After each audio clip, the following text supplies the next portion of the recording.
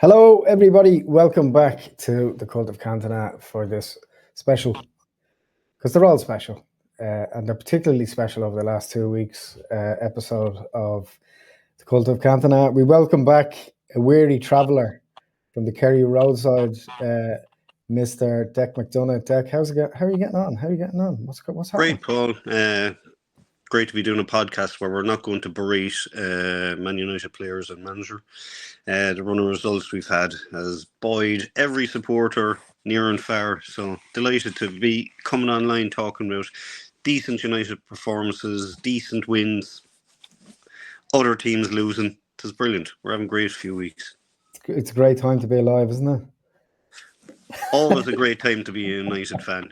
Whether they're in the doldrums or not, I mean, we don't stop supporting. But the fact that Amarin's plans are coming to fruition and we can see the basis of something good happening, I mean, what more could we want? Yeah, it's mad because it's amazing what can happen in literally a couple of weeks. Because I was putting out content, like very reluctantly calling for Amarin to go, just because I was tired of. It's amazing how things can change so quickly in a couple of weeks. Like I just had enough of the system. I had enough of every other weekend being, it being ruined and just being in bad form because things weren't clicking. But it's just a shift. I don't know what it is, a mentality shift. I don't know whether it's, to be honest with you, I think maybe it's around the goalkeeper, and the goalkeeper's kind of settled everything down, I think. What do you reckon? Yeah, Lemmens has been brilliant since he came in. Imagine we're actually cheering for a goalie that can actually catch a ball. I mean, you'd think that'd be one of the basics anyway. But no, he seems to steady the defence. Like, I mean, when you're a defender and you have someone like Onana and Bayindir in behind you, I mean, you can't be anyway confident. You know, I mean, they dropped... literally dropped everything that was thrown at him, So, I mean, he looks the part. And he's definitely one that can stick with us for a few years and steady the ship for us, I think he's made the difference since he's been on the pitch. Yeah, I'd agree. I was a bit pissed off when we bought him because it didn't look like, at least to me anyway, that's what really annoyed me. It didn't look like it was Amarim signing. But I'm hearing that the major difference between previous goalkeepers, the last, at least Onana anyway, is that this, like, Lemmens was scouted in a different way. Tony Coton came back to scout. He was apparently for 6 months off all over Europe watching goalkeepers to scout this new goalkeeper. And when he was brought over, I was like, right, finally, this looks like a goalkeeper. He'll settle everything down. He's not about himself. He's not flashy off the pitch or on the pitch. And he seems like somebody who was kind of cut from the old school cloth of goalkeeping, the Peter Schmeichel, no nonsense. But he also, like, just the way he commands the box and the way he comes out and just, like, a basic enough fucking thing, but coming out and, like, catching the ball, claiming the ball, making the space his own, and being vocal. And he's not busy high-fiving everyone around him when he does something well. Just gets on with business. Is he Schmeichel in disguise? I mean, it's brilliant when you see the fans. I mean, they'll catch on to anything, but I mean, they can see the difference a good goalkeeper makes to our team, Yeah. And the result shows. Yeah, I think he's I'm trying not to get too carried away, but, even in against Liverpool, the best team, let's face it, in Europe, if not the world, and just doing everything really well on a basic level, catching the ball, bringing it down, taking time when he needs it, distributing the ball in a very fast way, the way Schmeichel used to, the way Van der Sar did, and just being cute about it and being a proper goalkeeper, like taking care of business with no fuss, not playing to the crowd like Onana was at times, when he's going out to get the ball, he's kind of smiling and winking and joking, and all of this, to me anyway, it shows that previous goalkeepers were more in love with the idea of playing for Man United than playing for the best club in the world, which is what they should want to do, is to do the job well.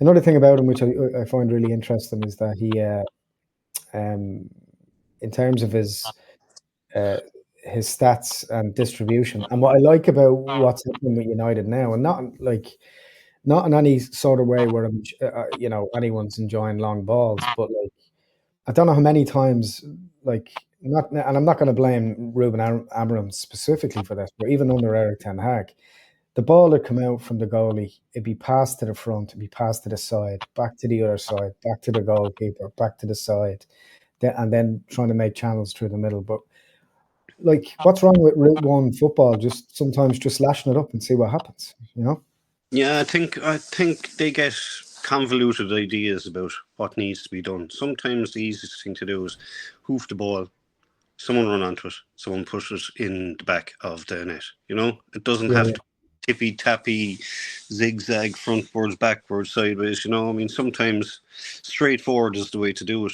and I think we'll see that more going forward. I think Amorim's come in, he has his ideals, and it took probably longer for him to implement it than he would have liked, but we're starting to see signs of it now. So, we have to back him. We can't keep getting rid of managers. So, Amorim in, Well, he's in whether we like it or not. He's in for 3 years, whether we like it or not. Yeah, and I think that's good. We need the stability at the club. From top to bottom, that club had to be, as Ragnick said, open heart surgery. That's what it needed, from top to bottom. And let's be honest, the club have proven them right, because it has been woeful, woeful, where we've gone to matches and left them utterly depressed by what we've seen on the pitch. What any United fan wants to see is their team trying and their team putting in a good performance. We can put up with a defeat if the team is at least trying, and there was games there where you're questioning every one of them, Mm-hmm. One that can't be questioned and gets special mention has to be Harry Maguire. Bloody hell. Yeah. It's fairy tale stuff, really, isn't it? I mean, if you're looking for character, I often talk about this in some of the other things that I do about how important it is to have character, and and my understanding of character is to, if you feel as if you're on the right side of things, to persevere and show resolve. Yeah.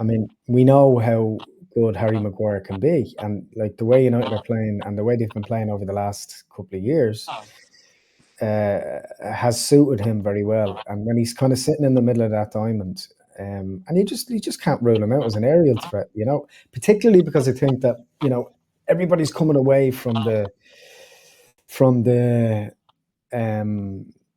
Man City school of motoring. Everyone's tired of it. Like with the obvious kind of reverting back to the long throws and Route One football again. I don't know about anyone else. Even just watching Premiership football in general, when it works, it works fantastically well for City. It works really well for Liverpool when they're playing well. But when they're not playing well, and the rest of the league suffers because of it, because it just, like, so many games are just stalemates because everyone's trying to play 1-2 touch football, like a five-a-side, all the time. It's just frustrating to watch. So it's refreshing to just see, fuck it up, see what happens.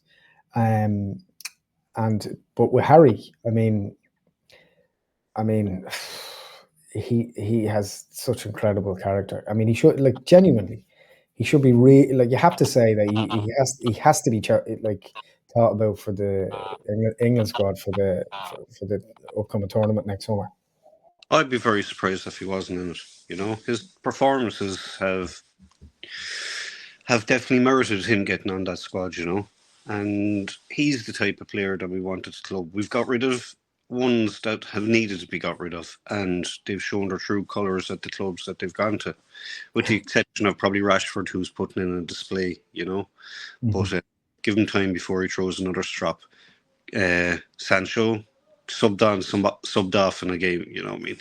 Yeah, I He's mean, you don't want to troll a player, but like Jadon Sancho is just proven time and time again that he has a bad attitude. It's the yeah, same thing, and he looks no offense to him, but he like looking. I did see it a bit of the Villa match the other day, and he looked overweight, and he looks like someone who's not. Like if you get a move to you know a top Premiership team that are in a European competition, you work your arse off to get yourself ship shape, and he doesn't yeah, look like he's doing that again. yeah. No, I'm just glad to see the back of him. But I digress. Let's not talk about players with bad attitudes. Let's talk about the future.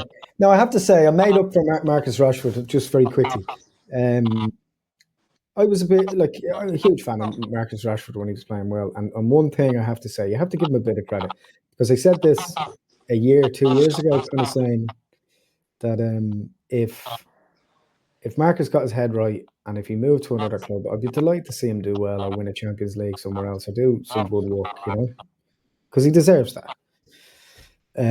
Despite what say Scholes was saying about him that he just kind of down tools and didn't want to play for the club or wasn't interested anymore. Whatever. People fall out with their employers. They're half arsed doing their jobs, whatever else about that. But I'm delighted he's doing well, but he's doing well elsewhere. Yeah, Like I wouldn't have liked to see him at another Premier League club anyway. That would have been a big no-no for me. So leave him do well out in Spain. He can stay there. Wish him yeah, the best. yeah, fair play to him. Do I want to see him back at the club? No, I don't, because I don't. I think that you know if I you've a don't poor think that time has passed now, and we have to move on from it. yeah, I agree. But let's talk about the future. Let's talk Um, about United beating the Scousers in Anfield. Harry yeah, Maguire scoring in Anfield before Isaac and Wirtz. What a game.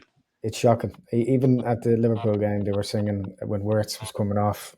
You're such a waste of money. You're such a waste of money. Now, I will say he did get much more of a wide berth than our big signings. It has to be said. Like the first few games, people weren't on his case. But if that was a United player not doing that for that amount of money, same with Isaac. The whole country and the media would have erupted, destroying him. So despite the fact that he's only starting to get stick now, he's just, and I don't want to talk about Liverpool players too much. But there's an obvious kind of capitulation, and Liverpool, if they don't get their act together, it's very worrying for Liverpool fans, you have to say.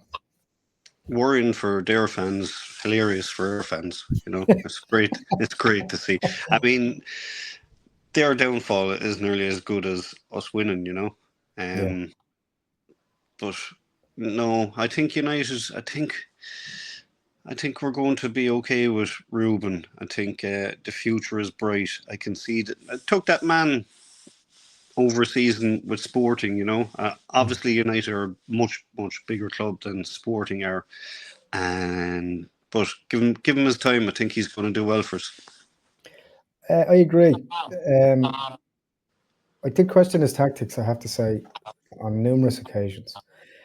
But I think that the Liverpool game was a big statement win. And I was like, okay, that's good. And what was most interesting about that is that usually in those situations, when someone comes back into the game, United fold or have folded over the last couple of seasons, particularly, under Amarim's reign, be like, they'd score and then you go, and particularly with Liverpool, you'd be going, they're gonna score a late winner here because it's Liverpool. But in the last two games in particular, you have to say that United look good for it. They Yeah, look, and I'm particularly happy that we've broken the hoodoo a bit with Brighton. And in the last couple of minutes, like I love the way that we chased the game down, but I think that's all there. Like I did say it at the start that I was really really impressed with the two signings, with in particular M-Boom-o and Cunha, because I think it was shrewd business on United's part, because they know they're not afraid of the Premier League, because that often is the case with some players that come in, particularly at United. which Sesko is suffering from now. Although I think he's very, very good, and I still think he will come good. But you have to say that like Embuemo has been a revelation. I think he's going to become like a hero at United. Embuemo. I think it's Mbumo. I Is it think so. Mbumo? I'm just so impressed with him, especially because he's the biggest duck arse I've ever seen on a footballer. He looks like he could carry a full China set halfway up the pitch and balance it on his tailbone. But like in some ways, he doesn't really look like a footballer. And some of the memes from some of the other clubs and trolling sites have been slagging him, saying he's overweight. But that's I how you. think the most important thing is both of them wanted to come to United. They Yeah, had other offers and they knew we didn't have Europe, but they wanted to come to United. I mean, we see it all the time. If there's no news about any other team, everything is focused on United. I mean, look, we've been covered by every news outlet around the world when we're going through a bad time. yeah, No one even mentions Liverpool. They're not as big a draw as they think they are. Yeah, they're a big club. Yeah, they're huge. Yeah, they won the Premier League. But Man United consistently make the news more than them. yeah. Undeservedly, sometimes I think we United, but yeah, I agree with you. United are, you know, the yeah the Mount Everest of football teams up there with Madrid. But even with that, I'd still say United have much more of a global reach. Oh yeah, I definitely think so. Every day's a United day. What about in Boomer? What do you make of him? I think he's brilliant, but he's what we needed. Premier League proven. We know he can score, and he's a player who looks happy to be out on a pitch. He just seems to love football and scoring in front of the Stretford end. I mean, that's what he wanted. You know, I mean, that's what any decent footballer worth his salt. It has to be their dream to one, play for United, and two, to score in front of the Stretford end. And I think he's going to score a lot more. He's only going to get better. Yeah, despite the fact that he looks about 37 or 38, he's only 26. I know, yeah. Yeah. No, I think he's great. He's a great addition. He seems to really, really care. Yeah. And the Yeah. same with Cunha. Cunha just seems to really, really care about playing well and playing for the club. Yeah. Yeah. And like yourself, I think Sesko will come good. He just needs time to bed into this league. The two boys have done it for the last few years. So, yeah, I think he'll be good. I think I can see a future for him. I think he's one that is going to start scoring for us. Yeah, totally. I do feel a little bit for Rasmus. I think as the season goes on, I think it might. I hope this doesn't come back to bite us in the arse, but maybe holding on to Xerxes over Rasmus Hoyland might have been a mistake. See, I feel sorry for Rasmus as well because he really wanted to play for the club. I think what happened was he came too young and he was expected to do it all on his own, which was never going to be the case for a young lad. What is he, 21, 22? Yeah, He was yeah, never, yeah, he was never going to be able to lead the line on his own, and that was a pity for him. yeah, yeah. I wouldn't say scoring at will, but he's playing and scoring a lot better at Napoli. And Scotty too hot. He fucking scored a worldie there the other day, and he's a revelation. But sure, he's unreal. I mean, the season he had last season, I mean, phenomenal. And I'm delighted for him because I don't think he got the respect he deserved at United. You know, the money they sold him for was ridiculously cheap as well, and he's proven how good he is by going out to Italy, adapting, and getting their Serie A player of the season. Crazy. I do like. There's a part of me that kind of thinks if anyone was ever going to come back to the club, like Mark Hughes did, I think it might be McTominay. Yeah, it'd be great. Yeah, I mean, he's shown his work now. There's no one that can question his ability after what he did out there. I don't want to get carried away, right? But United are very high up the table at the moment, Yeah, and you'd have to say that on paper, if we continue to play the way we've been playing over the last 5 games, you'd have to say that the only team that potentially could cause us trouble on the lead up to Christmas is Spurs away. So with that in mind, do you know it's very possible that we could be top of the league or second going into the new year? I have a great stat for you. The last time a team lost their first two league home games, they went on to win the league. Manchester United 92-93. Really? Yeah. There you go. So I'll take it another league win. Number 21 incoming. It's bizarre, and I don't want to get. Cause how many times has there been false dawns over the last 5 years starting together, putting a bit of a run together. Now Yeah. it makes that second and third finish with Ollie look like rarefied air. Don't worry. But it's like I think just like even looking at City and Liverpool and just Arsenal being Arsenal. No offense to Arsenal fans that are kind of half watching this in disgust.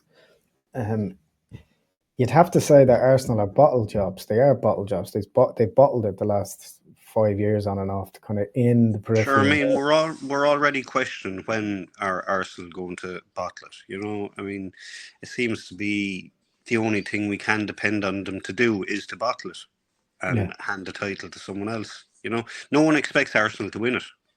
no, I don't. Part of me over the years that would have liked to see them win it on some level. Just to break up the monotony of the City Liverpool thing. For football fans in general, but I can't see them winning the league. Now, Gorky is obviously playing very well, but he started well and he's continued to play well. But can he keep that up for the whole season? And can he stay fit all the way through the season? Anything can happen. But puts a completely different spin on things as well. If you think that when Bruno missed those two penalties and we dropped points in those two games, we'd be top of the league now had we won those two games. Yeah. No, we needed consistency. That's what we were looking for first. We've started to get that. While Liverpool was a massive statement game, the one that we really needed to push on and win was the one against Brighton to show that it wasn't just we're there for the big teams. We'll turn up for Liverpool. We'll turn up for City. We had to show it again. And Brighton have a massive record against us the last few years in Old Trafford. And for them to get it back to 3-2 this time last year, that would have been 3-3. But what did United do? They pushed on, made it 4-2. That's the difference now. So we have to push on, and these games, the run in to Christmas isn't the worst, so we should be looking to get as many points on the board as we can. Yeah, I don't like every chat I'm having with every United fan has that kind of undercurrent of, oh, I don't want to jinx it, but it just looks like the sun might shine on our arse by virtue of the fact that we'll have less games, and I think that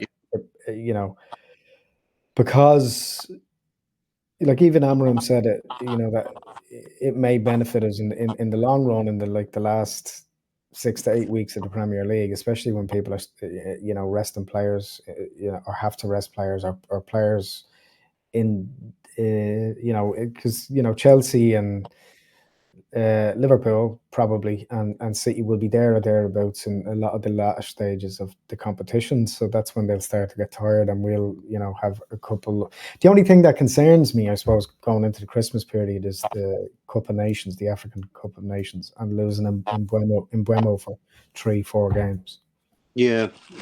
I mean, that's always a massive draw on players, and if they go very far in that competition, you're definitely losing them for 5-6 games, and that's not what you want when he's firing on all cylinders for United. So who are we looking at potentially going? And Bremo, Ahmad,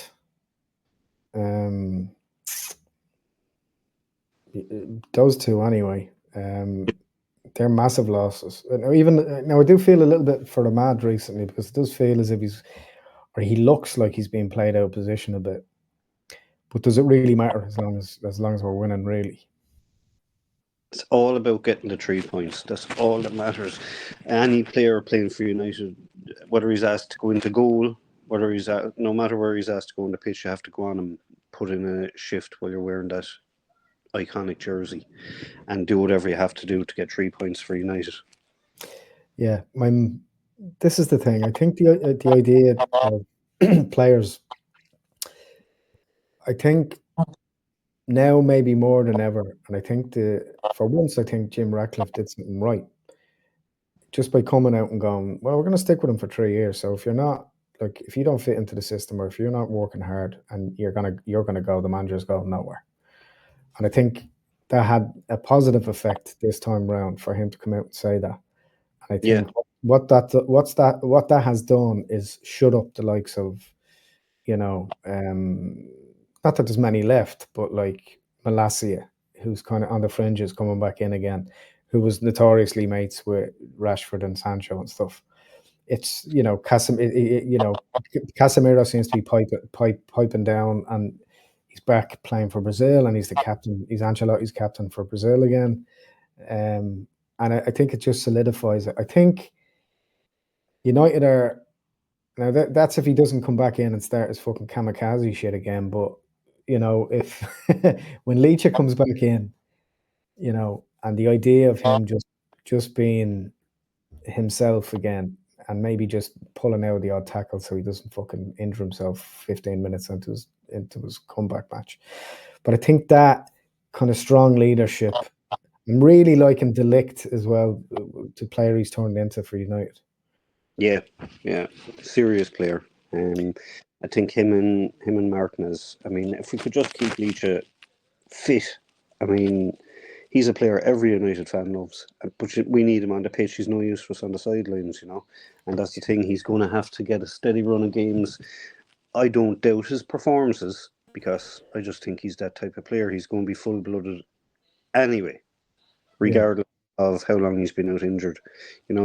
He could come back and kick someone up in the air in his first minute of his return, and we'll all cheer once he doesn't get injured again. Yeah, I mean, I do love that kind of Vidic quality about him. He put his head on anything, and but like, look, we're old enough to remember Brian Robson playing for United, and Yeah. he, and I suppose to a similar degree in terms of the tackling, but with less skill, the kind of Scholes thing, When Robbo, I remember like or at least my dad, at least wincing when Robbo be going in for tackles because it's like, and how long is he going to be out? And you have to ask yourself, do we really want to play? Is he that important to United that he gets it like a 10-year Luke Shaw type career out of United, and he only racks up 100, 150 performances when he should be playing 500, 600 times for United? I think with the regime that's there at United now with Sir Jim, I don't think we'll see a situation like Luke Shaw again, where you're out for so many years with a very poor injury record, and they're not going to keep people on the books. If you're not doing the job for United, you're gone. That's what I see happening going forward now. They're going to be as ruthless as they have to be to make that team successful on the pitch. Yeah. I'm worried about Luke Shaw and Dalot, if I'm being honest. Well, Dalot, you just worry about him every time you see him on the ball. The only thing you're guaranteed with Dalot is he can probably throw the ball far. Mm-hmm. Probably isn't the best quality for a defender. Now he has great moments. Don't get me wrong. I like him, but we need an upgrade on him. Shaw's been playing decent this season, but again, you just can't guarantee how long he's going to be playing for. Yeah. He'll go away with England and come back a crock. But I don't think if Shaw gets injured again, I think that's him done at the club. I think he'll be gone. Yeah, I mean, I do like him, but I've a bit, not that he wasn't solely responsible for one of the goals in the Europa League final, but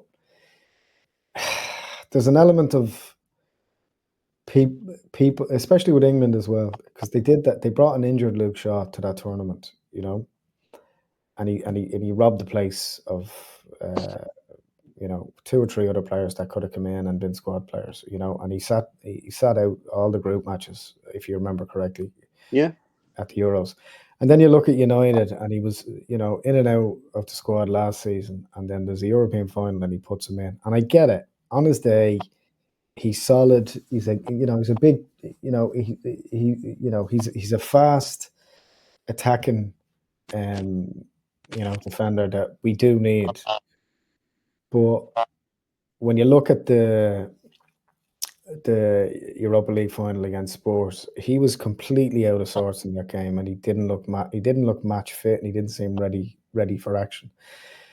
And I know it's like anyone can have a bad game, but looking at someone like Shaw, especially with the record that he has been injury prone over the last couple of years, it's like Mount, same type of thing, where it's like, yeah, when Mason, like again, the way we're playing now seems to suit Mount. Because we do ultimately have like 4 rotating number 10s now, which is brilliant. But you're looking at Mount going, if they can string 10, 15 games together without getting knocks and having to miss a game. no, like Mr. Glass isn't going to do it now. I mean, that's the only thing. I mean, I don't know. He's got a woeful injury record. Yeah. When he's on his game, he's brilliant and he fits into the system great, but you can't depend on him. No United fan thinks Mason Mount is going to string 10 games together. It's just not happening. But what did Chelsea know about him that we didn't? Well, would Chelsea have sold one of their best players to United if he didn't have a bad injury record? No. So they obviously knew that he wasn't going to play in a run of games, and it's been proven true. Is he talented? Yes, he is. Can he put He's a 10? great player when he's on song. He's great to watch. Can he put 10 games together? No, and that's not a player we need at United. We need someone who's going to come in. Look, any player can get injured. I understand that, but this fella, I'd say, would get injured tying the laces on the boot. He'd strain himself somehow, And I mean, what happened to players playing through the pain? I mean, they seem to go out with every tweak. Everything can be tweaked now. I mean, yeah, grand. You're going to be sore. Put in 90 minutes. Get into the shower and man up. Unless it's a broken bone or like a cruciate Yeah. or a hammy, you should be like, if you have the flu, you should be playing. Yeah. I mean, Jesus Christ, we've seen players. I mean, Mark Hughes, he could get busted open, but you knew he'd go onto the pitch and score a goal for you. Brian Robson, Roy Keane, all these type of players. The modern player seems to be mollycoddled that if they feel a twinge, they're gone for 2 weeks. Yeah, I mean that self-diagnosis thing is it's rampant in the Premier League. You can see them gesturing to come off all the time. But yeah, like I suppose the only player that really does that for United, which we know to be true, is Bruno Fernandes has played through several injuries over the last couple of years. Yeah. Knocks, niggles, and although I'm not a huge fan of the deeper role that he's playing now, I do. He's doing actually more running statistically from an XG point of view than he has done in the last 2 years this season so far. So I do like that about him, but there's a part of me that still like to see him further up because, I mean, ultimately his contract situation, how that's going to be dealt with and monitored is by the stats or his ROI over this season, and I don't think it's going to be anywhere near as good as it was last season and the season before. Now, that was because needs must last season, and we needed a captain fantastic. But even Bruno, during the week he was interviewed on Talk of the Devils by Laurie Whitwell, and they did a bit with him, and it came out on a podcast episode recently. And Bruno did say that he's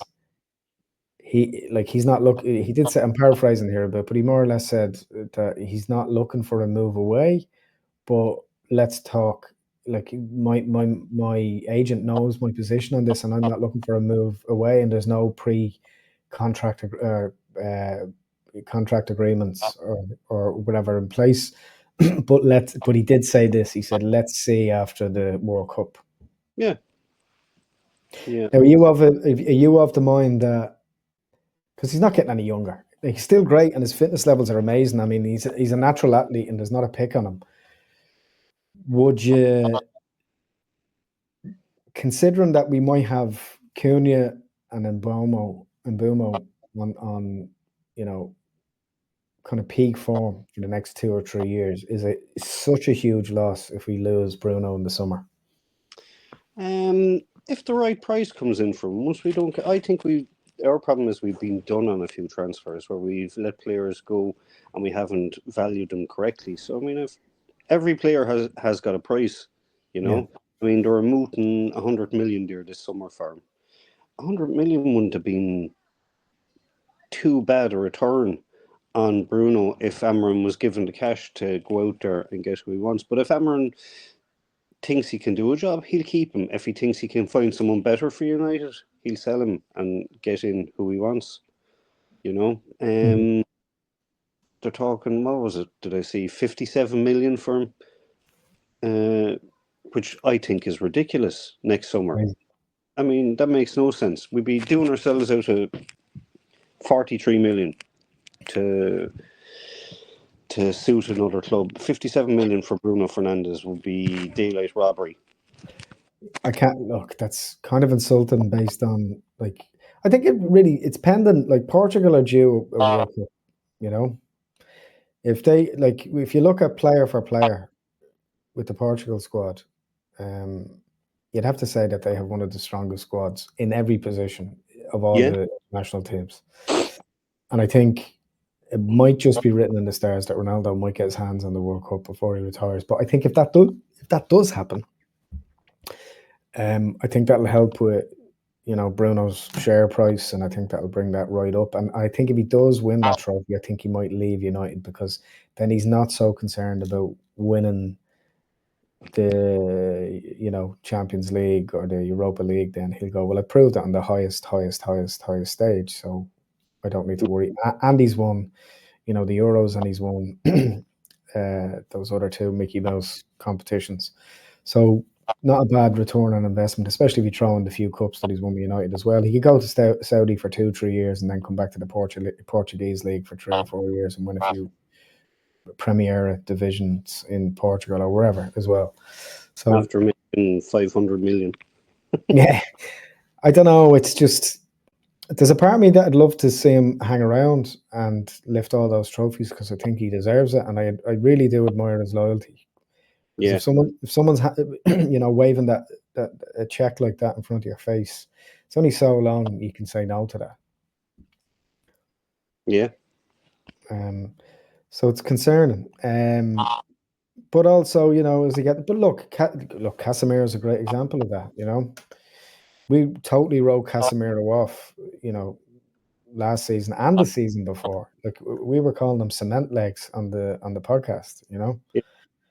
and he seems to be, I wouldn't say back to his best, but he's certainly like, the focus isn't on him in a negative capacity anymore.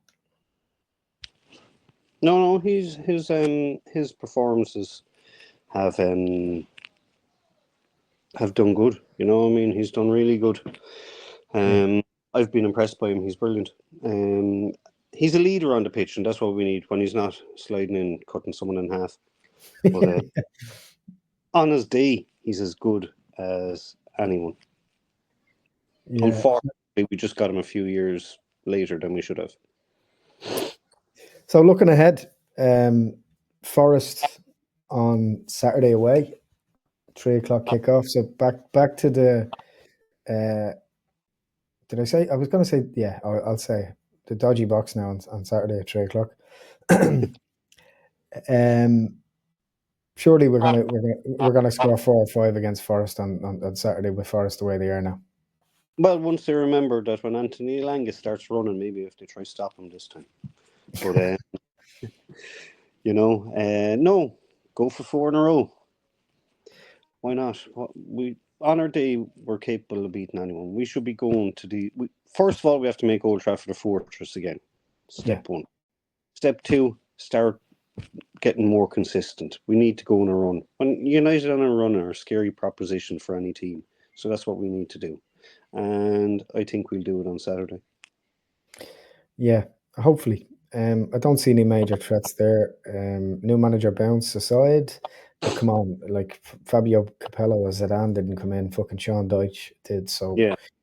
um, Forest they're a great club and a proper football club. So, it's a ground I always wanted to visit as well. I'd really love to go and see United play there at some point. Obviously, not this match. Spurs then afterwards away. You'd it's a trickier proposition, but still, Spurs are not setting the league on fire. So you'd have to No. say that there's maybe something there for us. Yeah, definitely. I think so. This isn't the time where United have to push on now. Yeah, No one, beat everyone, and give us something to cheer up about, yeah. Are you excited by what's happening? I am, because, like, I mean, I'm old enough that I've seen good times, bad times, great times, brutal times. I've seen, geez, I've been following United over 40 years, so I've seen every eventuality. What I've saw in the last 2 years has really just got me down, because it was the players, the level of performance, everything. Like I said at the start of the podcast, I can take a defeat, but a defeat in the right manner. What I couldn't take was the constant shite that was being fed to us by the team out on the pitch, and that's Yeah, what I couldn't accept as a supporter. yeah. I do feel for any United fan over the last few years, and I've been saying this, and this is what really got me frustrated over like at the start of the season. We showed of what we were shown against Arsenal in the open game of the season what could be, Yeah, but then having that huge kind of new season encouragement. Oh my God, look at what we can possibly be this season. To just see it drop right off and hit rock bottom again for a couple of days or yeah, a couple of matches again is like. But then to see us now, and the reason why I think this is maybe slightly different this time is that um, there's. I just believe that Cunha and Mbumo are the real deal. I think if either of them went to Liverpool, Liverpool would be in a stride. I think. yeah. I agree. We were lucky to. It's been brilliant. It's a coup to get those two players at our club, and they're going to show it even more in the future. So I mean, they're brilliant, and I can't rate them highly enough. And the type of players we want, they're class. And mark my words, those players will lift trophies at United. Okay, I'm gonna push you for a prediction. We always do it on the midweek ones for the Forest game. What you might rue this now and regret it, but what do you think? Forest Oh, away. I do my predictions on the app every week, so I predicted 3-1 the last time, and it was 4-2, but I'm going 3-1 United. Yeah, there's still that doubt though, isn't there? Because I find myself doing that myself every game where it's not 3-0, 2-0, 4-0. There's always that the other team are going to score, and I think until we get rid of that doubt where we're saying 2-0, 3-0, 4-0, 5-0 again, um, I don't think things have fully turned the corner in the way that we'd like. I think, but yeah, I'm gonna go. I'm just to completely contradict myself. I'm gonna say United 3-0 um, on Saturday in the City Ground. Um, yeah, and I think that it's going to be a lovely football jersey festival because Forest's home jersey is lovely this year as well. And if you not wear the black one, oh, it's like the good old days again. Yeah, the black jersey's special. It's really good, yeah. It's gorgeous. Guys, thanks so much for watching. Thanks so much for subscribing. You can get us here on YouTube. You can get us on Spotify. You can watch and listen there. So, next time you're out walking the dog, stick us on, share with a mate.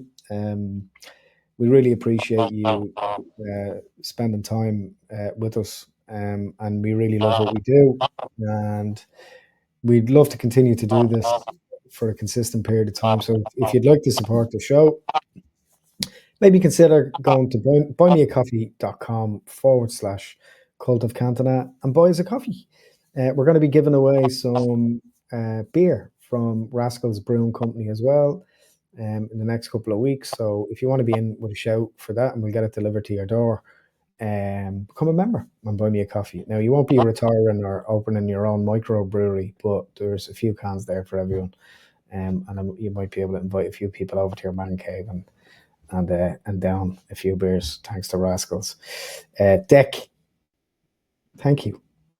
No bother, man. And looking forward to a favourable result this weekend. And hopefully our near neighbours, the Scousers, keep their run going.